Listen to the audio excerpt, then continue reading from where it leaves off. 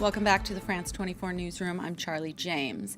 A tsunami triggered by an underwater volcano has devastated the Indonesian islands of Java and Sumatra. Thanks for joining us on the program tonight. We begin in South Sudan, where over the past 2 weeks, more than 125 women and girls have sought medical treatment for assaults in the Upper Nile region. A single shooter opens fire in the French city of Strasbourg. Now, authorities say 3 people are dead and 12 wounded. The gunman remains on the loose. You're watching France 24. I'm Charli James, and this is continuing special coverage on the shooting in Strasbourg Tuesday evening, which took place near the world-famous Christmas market.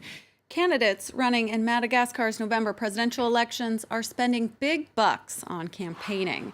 Despite being one of the poorest countries in the world, its elections rank among the most expensive. Gael Borja takes a look at how tens of millions of dollars are used to attract voters. And for more on this story, let's turn now to Anthony Pereira. He's the director of King's College Brazil Institute. Professor, thanks for joining the program.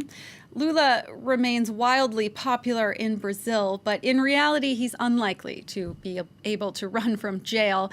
So what's the strategy then behind his party still nominating him? And you mentioned growing up in the UK. You've said before that moving from London to Lagos really transformed your career, gave you opportunities that you wouldn't have had. What is it about the music scene in Lagos that allowed you to really flourish? Let's go now to our own Charli James, who is taking advantage of the Fête de la Musique and going walkabout.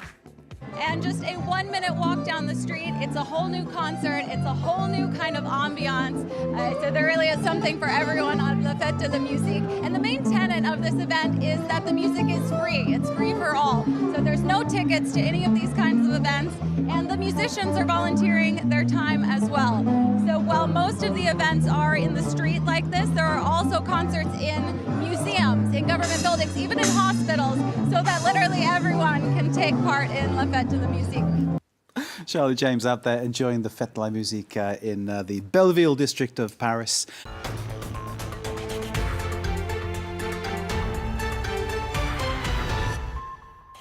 Election Day in America. Hundreds of national races will be decided today. Tens of millions of people are voting across every state, but it all really boils down to which party will control the 2 chambers of Congress and whether Donald Trump's presidency has been a boon or a bust for the Republicans. Welcome to France 24's special coverage of the US midterm elections.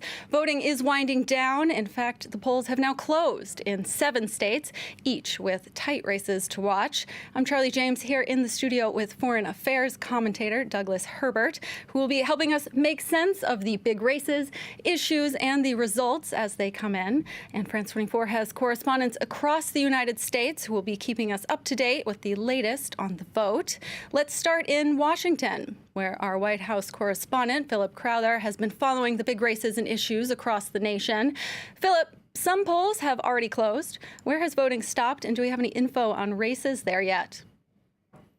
Yeah, we actually have some projections already from US media that have... Now let's turn to Florida, which is always a battleground state. Races there are usually very close, and this year is no exception. The state is a bit of a microcosm of America, with urban areas, rural areas, a diverse population, and it's a truly purple electorate, as we say, when voters are split between Republicans and Democrats.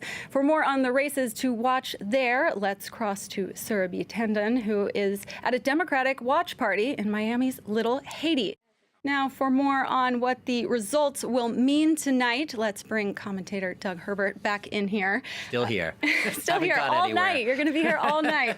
So put this into perspective a little bit for us. It is normal for the party of the president, whether it's a Democrat or a Republican, to lose seats in the House and the Senate, especially the first term of a president.